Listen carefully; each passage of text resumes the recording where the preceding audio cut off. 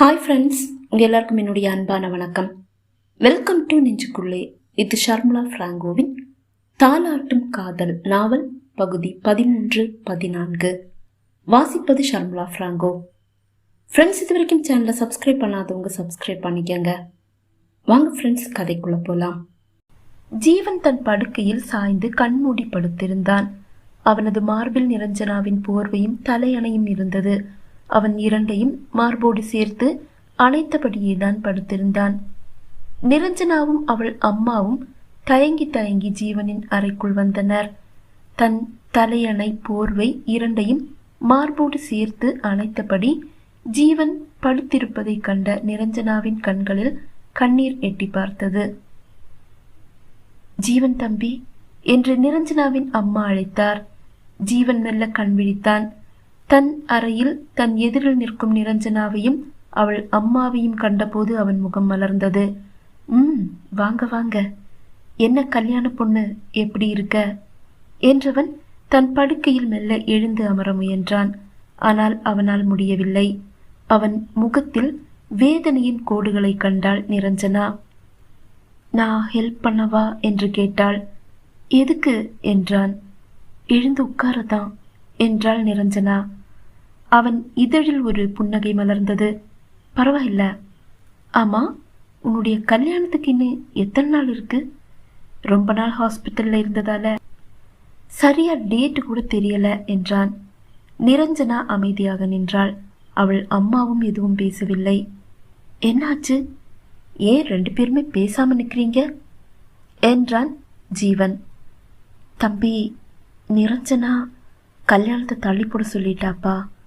உங்க கல்யாணம் முடிஞ்சதுக்கு அப்புறமா மண்டபம் புக் பண்ணா போதும்னு அவ சொல்லி அனுப்பிட்டா என்றார் நிரஞ்சனாவின் அம்மா. ஜீவன் அதிர்ச்சியோடு நிரஞ்சனாவை பார்த்தான். என்ன நிரஞ்சனா இது? எதுக்காக கல்யாணத்தை தள்ளி போட சொன்ன என்று சிறிது கோபமாக கேட்டான். என்னால தானே உங்களுக்கு ஆக்சிடென்ட் ஆச்சு, அதனால உங்க கல்யாணமும் நின்று போச்சு. நீங்கள் சீரியஸாக ஹாஸ்பிட்டலில் உயிருக்கு போராடிட்டு இருக்கும்போது நான் இப்படி கல்யாணம் பண்ணிக்கிட்டு சந்தோஷமாக இருக்க முடியும் என்றாள் நிரஞ்சனா. நிரஞ்சனா, நான் தான் இப்போ குணமாகி வீட்டுக்கு வந்துட்டேனே, அப்புறம் என்ன என்றான். குணமாகி வீட்டுக்கு வந்துட்டீங்க சரிதான், ஆனால் ரொம்ப கஷ்டப்படுறீங்களே. தனியாக எந்திரிச்சு உட்கார கூட கஷ்டப்படுறீங்க. இந்த நிலைமையில நீங்கள் இருக்கும்போது நான் எப்படி என்றாள். நிரஞ்சனா, நீ இப்போ பண்ணியிருக்கிறது ரொம்ப பெரிய தப்பு. ஆகாஷ் சரி, பரவாயில்ல, ஆனால் அவனுடைய வீட்டில் என்ன நினைப்பாங்க என்றான் ஜீவன். அதை பற்றி நீங்கள் கவலைப்பட வேண்டாம் சார் என்றபடியே ஜீவனின் அறைக்குள் வந்தான் ஆகாஷ். எனக்கு வேலை விஷயமா சில இடங்களுக்கு போக வேண்டியதா இருக்கிறதால கல்யாணத்தை தள்ளி வச்சிடலான்னு நான் வீட்டில் சொல்லியிருக்கேன். அதனால அவங்க எதுவும் தப்பா நினைக்க மாட்டாங்க. என்னால் நிரஞ்சனாவோட மனசை புரிஞ்சுக்க முடியும். அதுலேயும் அவளால் தான் உங்களுக்கு ஆக்சிடெண்ட் ஆயிடுச்சுன்னு அவ துடிச்ச துடிப்பை நீங்கள் பார்க்கலையே. அவளுடைய உணர்ச்சிகளுக்கு நான் மரியாதை கொடுக்குறேன் சார். இந்த மாதிரி சின்சியராக காதலிக்கிற காதலி எனக்கு கிடச்சிருந்திருந்தா நான் கூட ரொம்ப ஹாப்பியாக தான் இருந்திருப்பேன் என்றான் ஆகாஷ். சாரி ஆகாஷ், என்னால் நீங்கள் ரொம்ப கஷ்டப்படுறீங்க என்றான். அப்படியெல்லாம் இல்லை சார் என்றான் ஆகாஷ். நிரஞ்சனாவும் அவள் அம்மாவும் ஜீவனின் அறையிலிருந்து வெளியே வந்தனர். அவர்கள் இருவரும் சென்ற பின் ஆகாஷ் ஜீவனை பார்த்தான். சார், நிரஞ்சனா உங்க மேல உயிரையே வச்சிருக்கா. நீங்க ஹாஸ்பிட்டல்ல ரொம்ப சீரியஸா இருக்கும்போது உங்களை காப்பாற்ற முடியாதுன்னு டாக்டர்ஸ் எல்லாம் கையை விரிச்சிட்டாங்க. அந்த நேரத்தில் அவ தற்கொலை பண்ணிக்க கூட முயற்சி பண்ணிக்கிட்டா. நல்ல வேளை அந்த நேரத்தில் நான் அவங்க வீட்டுக்கு கல்யாண மண்டபத்தை எந்த டேட்டில் புக் பண்ணலான்னு கேட்கறதுக்காக போயிருந்ததால அவளை ஆபத்துலேருந்து காப்பாற்ற முடிஞ்சது. இல்லைனா இன்னைக்கு அவள் உயிரோடவே இருந்திருக்க மாட்டா. அவங்க அம்மா கூட அன்னைக்கு வீட்டில் இருக்கல, ஹாஸ்பிட்டலில் தான் இருந்தாங்க. அவளும் ஹாஸ்பிட்டலில் தான் இருந்திருக்கா. உங்களுக்கு ரொம்ப சீரியஸாக இருக்குது, காப்பாற்ற முடியாதுன்னு டாக்டர்ஸை சொன்னதும் அவ நேராக வீட்டுக்கு வந்துட்டா, தூக்க மாட்டிக்கிட்டா. நல்ல வேளை அந்த நேரத்தில் நான் அங்கே போனதால அவளுடைய உயிரை காப்பாற்ற முடிஞ்சது. அவளை அன்னைக்கு காப்பாற்றும் போது இந்த விஷயத்த நான் யார்கிட்டயுமே சொல்ல மாட்டேன்னு தான் சொன்னேன். ஆனால் உங்ககிட்ட சொல்லாமல் இருக்க முடியலை. ஏன்னா நிரஞ்சனா உங்களை எந்த அளவு காதலிக்கிறான்னு நீங்கள் தெரிஞ்சுக்கணும்னு நான் ஆசைப்படுறேன். அதனால தான் இதை நான் உங்ககிட்ட சொல்கிறேன். நிரஞ்சனாவை கல்யாணம் பண்ணிக்க எனக்கு ரொம்ப பிடிச்சிருக்கு சார். ஆனால் என்ன கல்யாணம் பண்ணிக்க நிரஞ்சனா ஒத்துப்பாளான்னு எனக்கு தெரியலை. அதுக்கு முன்னாடி அவள் ஏதாவது தப்பான முடிவை எடுத்துடுவாளோன்னு நான் பயப்படுறேன். நிரஞ்சனா மாதிரி ஒரு மனைவி கண்டிப்பாக உங்களுக்கு இந்த லைஃப்பில் கிடைக்க மாட்டா. அதனால் நீங்கள் நிரஞ்சனாவை மிஸ் பண்ணக்கூடாதுன்றது தான் என்னுடைய ஆசை என்று ஆகாஷ் கூற ஜீவன் அமைதியாக இருந்தான். ஓகே சார், நீங்கள் உடம்பை பார்த்துக்கங்க, நான் கிளம்புறேன் என்றவன் விடை பெற்று கொண்டான். ஆகாஷ் சென்ற பின் ஜீவனின் அம்மா ஜீவனின் அறைக்குள் வந்தார். ஜீவன், அந்த தம்பி சொல்லிட்டு போகிறத நானும் கேட்டேன். அந்த தம்பி சொன்னது எல்லாமே 100க்கு 100 உண்மைதான். எனக்கு மௌனிகாவை விட நிரஞ்சனா உனக்கு மனைவியாக வந்தால் போதும்னு தான் தோணுது. நிரஞ்சனா உனக்கு நினைவு திரும்புகிற வரைக்கும் ஹாஸ்பிட்டலில் தினமும் வந்து போயிட்டே தான் இருந்தா. மௌனிகா அவளை ரொம்ப இன்சல்ட் பண்ணிகிட்டே இருந்தா. அதையெல்லாம் பொருட்படுத்தாமல் உனக்கு எந்த ஆபத்தும் இல்லைன்னு டாக்டர் சொல்கிற வரைக்கும் அவள் ஹாஸ்பிட்டல் வந்து போய் தான் இருந்தா. அவளால் தான் உனக்கு ஆக்சிடெண்ட் ஆச்சுன்னு மௌனிகா கிட்டேயும் சரி அவங்க வீட்டில் யார்கிட்டையும் சரி நானும் அப்பாவும் சொல்லலை. அது மௌனிகாவோட கோபத்தை அதிகமாக்குன்னு தோணிச்சு. அதனால தான் நாங்கள் அதை மறைச்சிட்டோம். அப்படி இருந்து கூட மௌனிகா நிரஞ்சனாவை ரொம்ப இன்சல்ட் பண்ணிட்டு இருந்தா. அந்த நேரத்துல எல்லாம் நிரஞ்சனாவை என்னுடைய மார்போட சேர்த்து அணைச்சு, இவை என்னுடைய மருமக, இவளை இன்சல்ட் பண்ற தகுதியும் உரிமையும் உனக்கு இல்லைன்னு மௌனிகா கிட்ட சொல்லணும்னு எனக்கு ரொம்ப ஆசையா இருந்ததுப்பா. ஆனா விதி தடுத்துடுச்சுப்பா என்று அம்மா வேதனையோடு கூறினார். அம்மா கூறியதை கேட்டு ஜீவன் மௌனமாக இருந்தான். மறுநாள் ஜீவன் மௌனிகாவை எதிர்பார்த்தான். ஆனால் அவள் வரவில்லை. நிரஞ்சனா காலையிலேயே அவனது அறைக்குள் வந்துவிட்டாள். ஜீவனின் அம்மாவுடன் இணைந்து அவனுக்கு உதவியாக இருந்தாள். அவனது அறையை சுத்தம் செய்தாள். அவனது பெட்ஷீட்டை எல்லாம் படுக்கையிலிருந்து எடுத்து மாற்றிவிட்டு வேறு புதிய பெட்ஷீட்டை விரித்தாள். அவள் பயன்படுத்தி இருந்த போர்வையையும் தலையணையையும் அவனது படுக்கையிலிருந்து எடுத்து மாற்றினாள். அதை கண்ட ஜீவன், நிரஞ்சனா அதையும் எடுக்கிற, அது அங்கே இருக்கட்டுமே என்றான். இல்லை ஜீவன், இது நான் யூஸ் பண்ணது அழுக்கா இருக்கு, அதனால தான் துவைக்கலான்னு எடுத்தேன் என்று நிரஞ்சனா கூற அவனால் வேறெதுவும் கூற இயலவில்லை. வேளா வேளைக்கு மருந்துகளை எடுத்து கொடுக்க ஜீவனின் அம்மாவோடு இணைந்து உதவினாள். படுக்கையிலிருந்து அவன் எழ அவனது அம்மாவின் தோளும் நிரஞ்சனாவின் கையும் தான் உதவியாக இருந்தது. நாட்கள் மெல்ல நகர்ந்தது. ஜீவன் குணம் அடைந்து கொண்டிருந்தான். ஜீவன் கசப்பான தனிமையை உணர்ந்தான். நிரஞ்சனாவும் அவன் அம்மாவும் அறைக்குள் இருக்கும் அந்த சில நிமிடங்கள் மட்டும்தான் பூமி வேகமாக சுழலும். மற்ற நேரங்களில் தனிமை அவனை வாட்டி வதைக்கும். வாரத்தில் ஒரு முறை மௌனிகா ஏதோ கடமைக்காக மட்டும் வந்து செல்வாள். அவள் வந்து செல்லும் போது நிரஞ்சனாவின் நிழல் கூட அவனது அறைக்குள் நுழைவதில்லை. அன்று நிரஞ்சனா ஜீவனின் அறையை சுத்தம் செய்து கொண்டிருக்கும் போது மௌனிகா அவனது அறைக்குள் திடீரென்று வந்தாள். ஜீவன் கண்மூடி படுக்கையில் சாய்ந்து ஏதோ பாடலை ரசித்துக் கொண்டிருந்தான். நிரஞ்சனா அறையை சுத்தம் செய்து கொண்டிருப்பதை கண்ட மௌனிகாவிற்கு ஆத்திரம், கோபம் எல்லாம் தலைக்கேறியது. அவள் தன் கையை நீட்டி நிரஞ்சனாவின் கன்னத்தில் பலார் என்று அறைந்தாள். மௌனிகா அறைந்த அந்த சத்தத்தை கேட்டு கண் விழித்தான் ஜீவன்.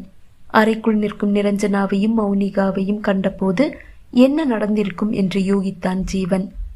நிரஞ்சனா, என்ன ஆச்சு என்று கேட்டான். ஏன், அதை பொண்டாட்டி கிட்ட தான் கேட்பீங்களா, என்கிட்ட கேட்க மாட்டீங்களா என்று கோபமாக கேட்டாள் மௌனிகா. சரி, நீ சொல்லு, என்ன ஆச்சு என்று கேட்டான். நான் ரூம்குள்ள வர்றதை பார்த்துட்டே இந்த குப்பையெல்லாம் கூட்டி என் காலில் போடுறா. இந்த குப்பையெல்லாம் என் காலில் பட்டா எனக்கு அலர்ஜி தான் வரும். அதுதான் அவ கன்னத்தில் அரைஞ்சேன் என்றாள் மௌனிகா. ஓ அப்படியா என்றவன் நிரஞ்சனாவை பார்த்தான். நிரஞ்சனா, எனக்கு ஒரு கப் டீ கிடைச்சா ரொம்ப நல்லா இருக்கும் என்றான். நிரஞ்சனா தன் வேலையை பாதியில் விட்டுவிட்டு ஜீவனுக்கு டீ போடுவதற்காக அவனது அறையிலிருந்து வெளியே சென்றாள். ஜீவன் படுக்கையிலிருந்து எழுந்து கொண்டான். மௌனிகா, இந்த ரூமை கொஞ்சம் கூட்டி விடுறியா என்று கேட்டான். நான் உங்க வீட்டு வேலைக்காரி இல்ல என்று கோபமாக பதிலளித்தாள் மௌனிகா. ஜீவன் மௌனிகாவின் அருகில் வந்தான். என்ன சொன்ன நீ என்றான். நான் உங்க வீட்டு வேலைக்காரி இல்லைன்னு சொன்னேன் என்று திமிராக பதிலளித்தாள் மௌனிகா. ஜீவன் சட்டென்று தன் கையை வீசி அவள் கன்னத்தில் பலார் என்று அறைந்தான். மௌனிகா தன் கன்னத்தை அப்படியே பிடித்து கொண்டாள். நிரஞ்சனா மட்டும் இந்த வீட்டு வேலைக்காரின்னு நீ நினைச்சியா? இனிமே அவன் மேல உன்னுடைய கைப்பட்டா அவ்வளவுதான் தொலைச்சிடுவேன் என்றான். தன் கன்னத்தை பிடித்தபடி நின்றிருந்த மௌனிகா, அந்த வேலைக்காரி மகளுக்காக என்ன அடிச்சிட்டல்ல என்று கோபமாக கேட்டாள். வேலைக்காரி மகதான், ஆனா அவளுக்கு ஒரு பேர் இருக்கு, நிரஞ்சனான்னு. அவளோட பேரை மரியாதையா கூப்பிட உன்னால முடியலனா அவளை இன்சல்ட் பண்றதுக்காக மட்டும் நீங்க வரணுன்ற அவசியம் இல்ல. கெட் அவுட் என்றான். நிரஞ்சனா டீயுடன் அறைக்குள் நுழைய மௌனிகா கோபமாக அறையிலிருந்து வெளியே வந்தாள். அதே கோபத்தோடு அவளது வீட்டிற்கும் வந்தாள். ஹாலில் அமர்ந்து அவளது அப்பா டிவி பார்த்து கொண்டிருந்தார். அவள் அங்கிருந்த இருக்கையில் தொப்பென்று அமர்ந்தாள். அவளது கோபத்தை கண்ட அவளது அப்பா, என்ன மௌனிகா ரொம்ப கோபமா இருக்க என்றார். அப்பா, இன்னைக்கு வரைக்கும் நீங்க யாராவது என் மேல கை வச்சிருப்பீங்களா? ஆனா அந்த ஜீவன் அந்த வேலைக்காரி மகளுக்காக என்ன கை நீட்டி அடிச்சிட்டான். அவளுக்கு நான் மரியாதை கொடுக்கணுமாம் என்றாள். ராஸ்கல், என்ன திமிர் இருந்தா என்னுடைய மகளை அவன் கை நீட்டி அடிச்சிருப்பான். அவனை என்ன பண்றேன்னு பாரு என்ற மௌனிகாவின் அப்பா கோபமாக எழ, வேண்டப்பா, நீங்க இத பத்தி ஜீவன் கிட்ட எதுவும் பேச வேண்டாம். எங்க கல்யாணத்துக்கு ஏற்பாடு பண்ணுங்க. கல்யாணம் முடிஞ்சதுக்கு அப்புறம் அந்த ஜீவனை நான் என்ன பண்றேன்னு பாருங்க. இப்ப அவனுக்கு எந்த பிரச்சனையும் இல்லை. அவன் ரொம்ப நல்லா தான் இருக்கான். யாருடைய ஹெல்ப்பும் இல்லாம எழுந்து நடக்கிறான். கல்யாணத்துக்கு உடனே ஏற்பாடு பண்ணுங்கப்பா என்றாள் மௌனிகா. வேண்டாம் மௌனிகா, இந்த கல்யாணம் நடக்க வேண்டாம். நேத்து ஜீவன் செக்கப்புக்காக போயிருந்தானாம். அதை பத்தி நான் இப்பதான் உங்க மாமா கிட்ட ஃபோன் பண்ணி விசாரிச்சேன். ஜீவனுக்கு தாம்பத்தியத்துல ஈடுபட முடியுமான்னு சந்தேகமா இருக்குன்னு டாக்டர் சொன்னாராம். அத ஜீவன் கிட்ட இப்ப சொல்ல வேண்டாம், அவனுடைய மனசு பாதிக்கப்படும்னு சொன்னாராம். ஒருவேளை தாம்பத்தியத்துல ஈடுபட்டா கூட கண்டிப்பா அவனுக்கு குழந்தை பிறக்காதுன்னு டாக்டர் சொல்லி இருக்காரு. அவனுக்கு படக்கூடாத இடத்துல அடிபட்டிருக்கான். அத இப்ப செக்அப் பண்ணப்பதான் கண்டுபிடிச்சிருக்காங்க. அதனால மௌனிகா, நீ ஜீவனை கல்யாணம் பண்ணிக்காம இருக்கிறது தான் நல்லது என்று மௌனிகாவின் அப்பா கூற, ஓ இது வேறையா? இது மட்டும் போதும்பா. அந்த ஜீவன் உயிரோட இருக்கிற வரைக்கும் அவன் அவமானத்தால வெந்து வெந்து உருகி சாகிறதுக்கு இந்த ஒண்ணு மட்டும் போதும். நீங்க கல்யாணத்துக்கு ஏற்பாடு பண்ணுங்கப்பா. கல்யாண மேடையில எல்லார் முன்னாடியும் அவனால தாம்பத்தியத்துல ஈடுபட முடியாதுன்னு சொல்லி அவனை அவமானப்படுத்திட்டு இந்த கல்யாணத்தை நிறுத்திடலாம். இது அம்மாவோட காதுக்கு போகக்கூடாது. அம்மாவை எங்க காணோம் என்றாள். அம்மா கோயிலுக்கு போயிருக்கா என்றார் அப்பா. அண்ணனோட மகன் மேல பாசம் புத்துக்கிட்டு வந்துடும். அதனால அம்மா கிட்ட இந்த விஷயத்தை எதையும் சொல்ல வேண்டாம். என்ன கன்னத்துல அடிச்சதுக்கு அந்த ஜீவனை அவமானப்படுத்த எனக்கு இதை விட நல்ல சான்ஸ் கிடைக்கவே கிடைக்காது என்றாள் மௌனிகா. சரி, அம்மா கிட்ட நீயா எதையும் சொல்லி வைக்காத. நான் ஜீவனோட அப்பா கிட்ட பேசி கல்யாணத்துக்கு ஏற்பாடு பண்றேன் என்றார் மௌனிகாவின் அப்பா. ஓகேப்பா, அவனை அவமானப்படுத்தி அழ வச்சதுக்கு அப்புறமா நான் நம்ம மோகனை கல்யாணம் பண்ணிக்கிறேன். அவன் வேதனையில வெந்து சாகும்போது நான் மோகன் கூட சந்தோஷமா லைஃபை என்ஜாய் பண்ணுவேன் என்றாள் மௌனிகா. சரிம்மா, நான் நாளைக்கே உங்க மாமா வீட்டில் போய் பேசுறேன். என்றார் மௌனிகாவின் அப்பா. மறுநாள் மாலை மௌனிகாவின் அப்பா ஜீவனின் வீட்டிற்கு வரும்போது ஜீவன் அப்போதுதான் மாடி இறங்கி கீழே வந்து கொண்டிருந்தான். அவன் இப்போது நல்ல குணமாகி விட்டான் என்று மௌனிகாவின் அப்பாவுக்கு புரிந்தது. நேற்று ஜீவன் மௌனிகாவை அடித்த கோபம் அவர் மனதில் இருந்தாலும் அதை வெளிக்காட்டிக் கொள்ளாமல், என்ன ஜீவன், இப்போ எப்படி இருக்க என்று கேட்டார். ரொம்ப நல்லா இருக்கேன் அங்கிள் என்றான். ஹாலில் அமர்ந்திருந்த அவனது அப்பாவின் அருகில் வந்து அமர்ந்தான் ஜீவன். மௌனிகாவின் அப்பாவும் அவர்களின் அருகில் வந்து அமர்ந்தார். என்ன மச்சான், நீங்க மட்டும் வந்திருக்கீங்க, மரகதத்தை எங்க காணோம் என்றார் ஜீவனின் அப்பா. இல்ல மச்சான், அவ வீட்டுல ஏதோ வேலையா இருக்கா, அதுதான் நான் மட்டும் தனியா வந்தேன். அப்புறம் மச்சான், நம்ம பிள்ளைகளோட கல்யாணத்தை நீ தள்ளி போட வேண்டாம்னு நான் நினைக்கிறேன். ஜீவனும் நல்ல குணமாயிட்டான், அதனால அவங்க கல்யாணத்தை நடத்திடலாம் என்றார் மௌனிகாவின் அப்பா. அவர் அப்படி கூறியதும் ஜீவனின் அப்பா அவரை வியப்போடு பார்த்தார். இல்ல மச்சான், அவனுக்கு நல்ல குணம் ஆகல, அதனால இப்போ கல்யாணம் வேண்டாம், அப்படிதான் எனக்கு தோணுது என்றார் ஜீவனின் அப்பா. அங்கிள், நான் பேசலாமா என்றான் ஜீவன். சொல்லு ஜீவன் என்றார் மௌனிகாவின் அப்பா. அங்கிள், மௌனிகா கல்யாணத்தை தள்ளி வைக்க சொல்லும் போது தள்ளி வைக்கவும், அவளுக்கு என் கூட வாழணும்னு தோணும் போது ஓகே சொல்லி என்ன கல்யாணம் பண்ணிக்கவும், கல்யாணம் விளையாட்டில்ல. எனக்கு மௌனிகாவை கல்யாணம் பண்ணிக்க பிடிக்கல. அவளுடைய குணம் நாளாக நாளாக என்னால சகிச்சுக்க முடியாத அளவு மோசமாகிட்டே போகுது. அதனால இந்த கல்யாணம் வேண்டான்னு எனக்கு தோணுது. நீங்க மௌனிகாவுக்கு ஏத்த ஒரு பையனா பார்த்து, அவளுக்கு பிடிச்ச ஒரு மாப்பிள்ளையா பார்த்து அவளுக்கு கல்யாணம் பண்ணி வைங்க பிளீஸ் என்றான். கோயிலில் இருந்து நிரஞ்சனாவும் ஜீவனின் அம்மாவும் கையில் அர்ச்சதை கூடையுடன் வீட்டினுள் வந்தனர். நிரஞ்சனாவை பார்வையாலேயே சுட்டெரித்து விடுவது போல் பார்த்தார் மௌனிகாவின் அப்பா. ஓ, இப்ப இந்த பொண்ணு வீட்டுக்குள்ள வந்து ஒட்டிக்கிட்டதால என்னுடைய பொண்ணு கசக்குறாளா? விவாகரத்து பண்ணியாச்சு, எல்லா உறவும் முறிஞ்சு போச்சு, அப்புறம் என்ன இவ கூட ஒரு சல்லாபம்? என்னுடைய மக உன்னை நினைச்சு ஏங்கி தவிக்கும் போது நீ இவ கூட ஜாலியா இருக்கியா ஜீவன்? அதனாலதான் மௌனிகாவை வேண்டான்னு சொல்றியா என்றார் மௌனிகாவின் அப்பா. அங்கிள் பிளீஸ், நிரஞ்சனா வேற ஒருத்தருக்கு மனைவி ஆக வேண்டிய பொண்ணு, வீணா அவ மேல பழி எல்லாம் போடாதீங்க பிளீஸ். மௌனிகாவை நான் கல்யாணம் பண்ணிக்க விரும்பாததுக்கு காரணம் முழுக்க முழுக்க மௌனிகா மட்டும்தான். அதை நீங்க முதல்ல புரிஞ்சுக்கங்க. அவளுடைய குணமே இப்ப சரியில்லை என்றான் ஜீவன்.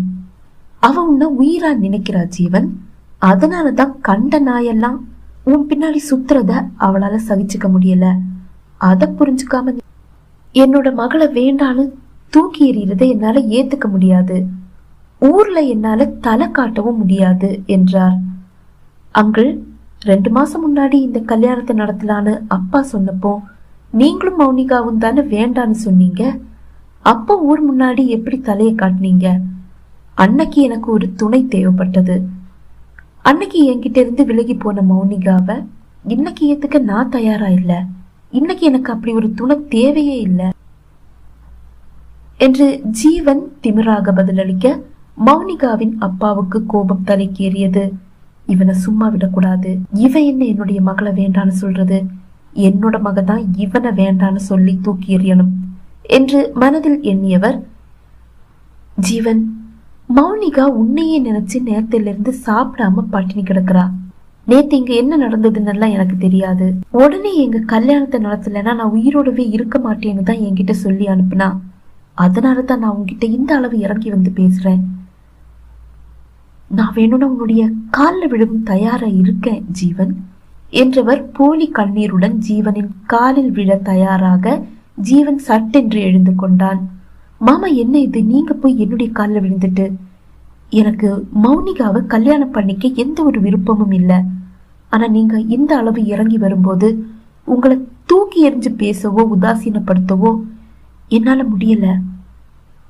உங்களுக்காக மட்டும் நான் இப்ப இந்த கல்யாணத்துக்கு ஒத்துக்கிறேன். ஆனா ஒரு கண்டிஷன், கல்யாணத்துக்கு முன்னாடி மௌனிகாவை அவளுடைய குணத்தை மாத்திக்க சொல்லுங்க. இல்லனா கல்யாணம் முடிஞ்சதுக்கு அப்புறமா அவளை நான் திருத்த வேண்டியதா இருக்கும். அப்ப என் மேல வருத்தப்பட்டு பிரயோஜனம் இல்லை என்றான் ஜீவன். யார் யாரடா திருத்துறது? உனக்கு என்னுடைய மகளை கட்டி வச்சா தானே என்று மனதில் எண்ணிய மௌனிகாவின் அப்பா, சரி ஜீவன், நான் அவகிட்ட பேசி அவளுடைய குணத்தை மாத்திக்க சொல்றேன் என்றார். ஜீவன் எழுந்து வீட்டிலிருந்து வெளியே சென்றான்.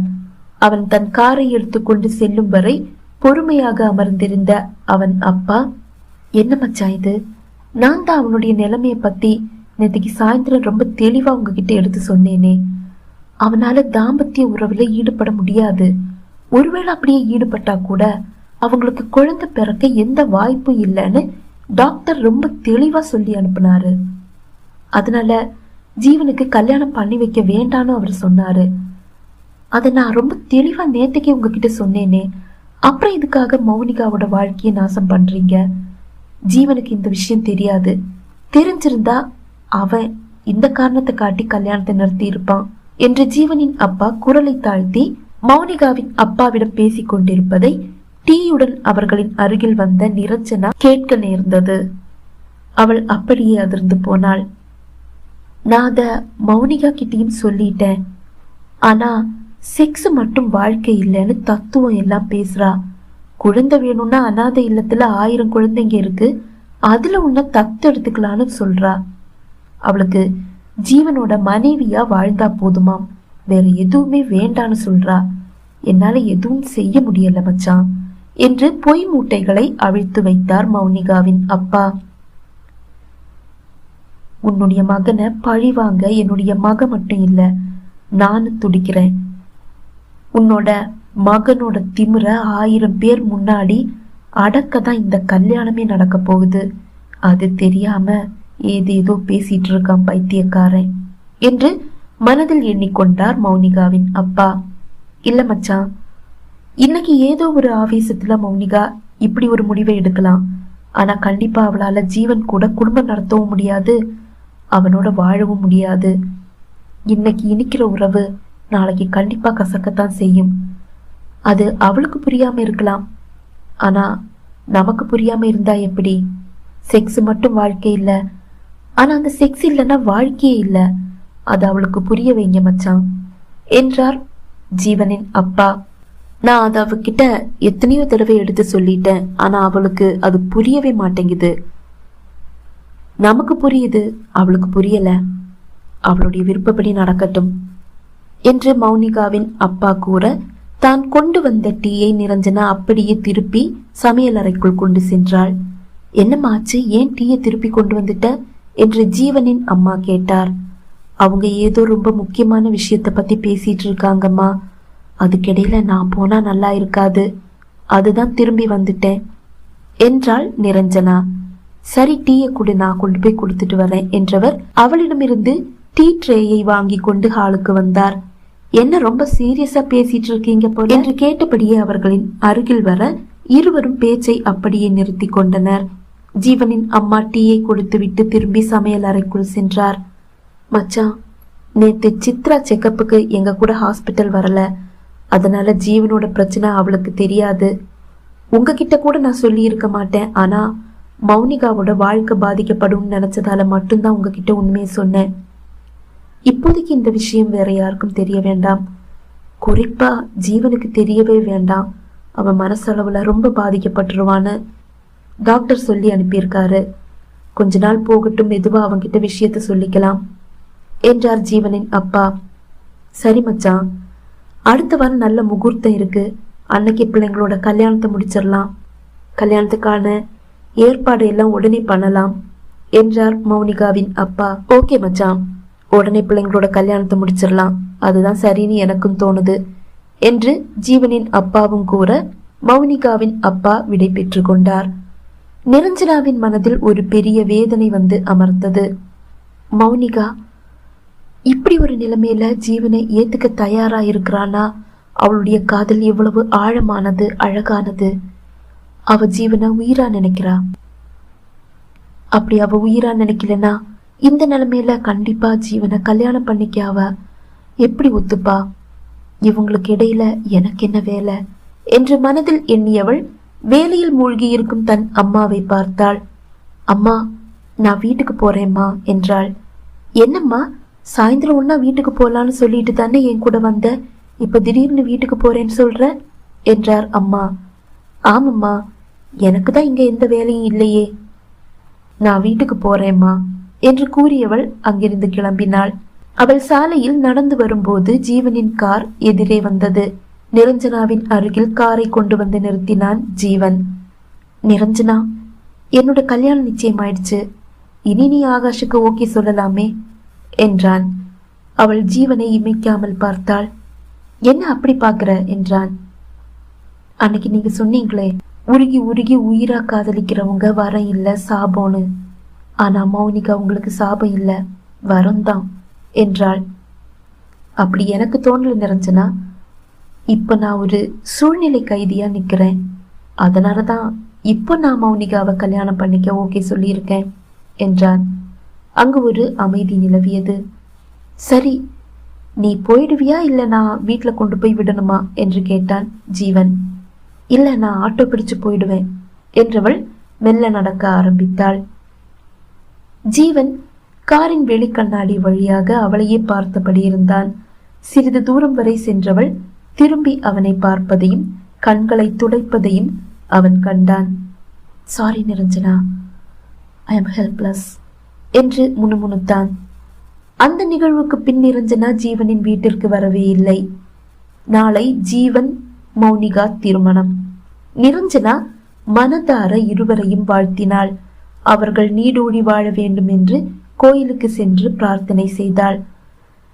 பிரார்த்தனை முடிந்து அவள் கோயிலிலிருந்து வெளியே வர தயாராகும் போதுதான் மௌனிகாவும் மோகனும் கோயிலுக்குள் வருவதை நிரஞ்சனா கண்டாள். மிகவும் நெருக்கமாக ஒட்டி உரசி வருபவர்களின் மீது அவளது சந்தேக பார்வை விழுந்தது. அவள் அவர்களின் கண்ணில் படாமல் அங்கிருந்த தூணின் மறைவில் மறைந்து கொண்டாள். அவள் மறைந்து நின்றிருந்த அந்த தூணின் அருகில்தான் மௌனிகாவும் மோகனும் வந்து நின்றனர். மோகன், நான் எவ்வளவு சந்தோஷமா இருக்கேன் தெரியுமா? அந்த ஜீவனை 1000 பேர் முன்னாடி ஆண்மை இல்லாதவன் சொல்லி அவமானப்படுத்துற ஒரு பொன்னான வாய்ப்பு, அது எனக்கு நாளைக்கே அமைய போகுது. எல்லார் முன்னாடியும் அப்பதான் எனக்கு உண்மை தெரிஞ்ச மாதிரி நான் நடிச்சு அழும்போது நீங்க ஹீரோ மாதிரி வந்து என்னுடைய கழுத்துல தாலியை கட்டி உங்க மனைவி ஆக்கிக்கணும். அப்ப அந்த ஜீவன் அவமானப்பட்டு தலை குனிஞ்சு நிக்கிற அந்த காட்சி கண்கொள்ளா காட்சியா இருக்கும். அதை பார்த்து நான் ரசிக்கணும். அதுக்கப்புறம் பாவம், அவனை யார் கல்யாணம் பண்ணிப்பா? அவனோட வாழ்க்கையே நரகமாயிடும் என்றாள் மௌனிகா. அதை கேட்டு அதிர்ந்து போனாள் நிரஞ்சனா.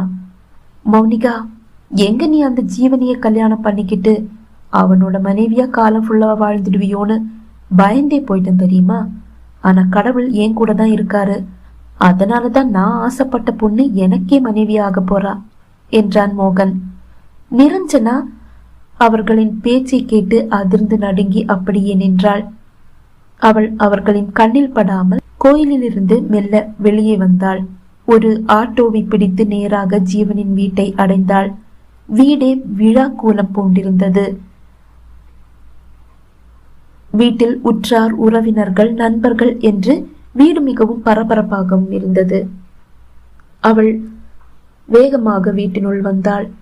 மாடி ஏறி ஜீவனின் அறையை நோக்கி ஓடினாள். அவனிடம் எல்லா உண்மைகளையும் கூறிவிட அவள் மனம் துடித்தது. அவனது அறை வரை வந்தவள் அப்படியே நின்றாள். ஜீவன் கிட்ட என்னால சொல்றது? அவருக்கு இப்படி ஒரு பிரச்சனை இருக்கிறத அவர்கிட்ட என்னால எப்படி சொல்ல முடியும்? அதை கேட்டா அவர் அப்படியே உடைஞ்சு போயிடுவாரே. அது மட்டும் இல்ல, இப்ப இந்த கல்யாணம் நின்னு போனா ஜீவனுக்கு இப்படி ஒரு குறை இருக்கிறது இந்த ஊருக்கே தெரிஞ்சிடுமே. அது எப்படி சரியாகும்? ஜீவன் எல்லார் முன்னாடியும் அவமானப்பட்டு தலை குனிஞ்சு நிக்கிறத நான் எப்படி ஏத்துப்பேன்? அப்படி ஒரு சம்பவம் இங்க நடக்கவே கூடாது. ஜீவனுக்கு இப்படி ஒரு குறை இருக்கிறது ஜீவனுக்கு தெரியவே கூடாது. நான் என்ன பண்றது? எப்படி நான் மௌனிகா கிட்ட இருந்து ஜீவனை காப்பாத்துறது என்று மனதில் எண்ணி தவியாய் தவித்தவள் அவனது அறைக்குள் செல்லாமல் அப்படியே திரும்பி நடந்தாள். இந்த சேனல் உங்களுக்கு பிடிச்சிருந்தா மறக்காம லைக் பண்ணுங்க, ஷேர் பண்ணுங்க, மறக்காம கீழே கமெண்ட் பண்ணுங்க. இதுவரைக்கும் சேனலை சப்ஸ்கிரைப் பண்ணாதவங்க சப்ஸ்கிரைப் பண்ணிக்கங்க. கதையோட அடுத்த பகுதியில் உங்களை சந்திக்கும் வரை விடைபெறுகிறேன். நன்றி, வணக்கம்.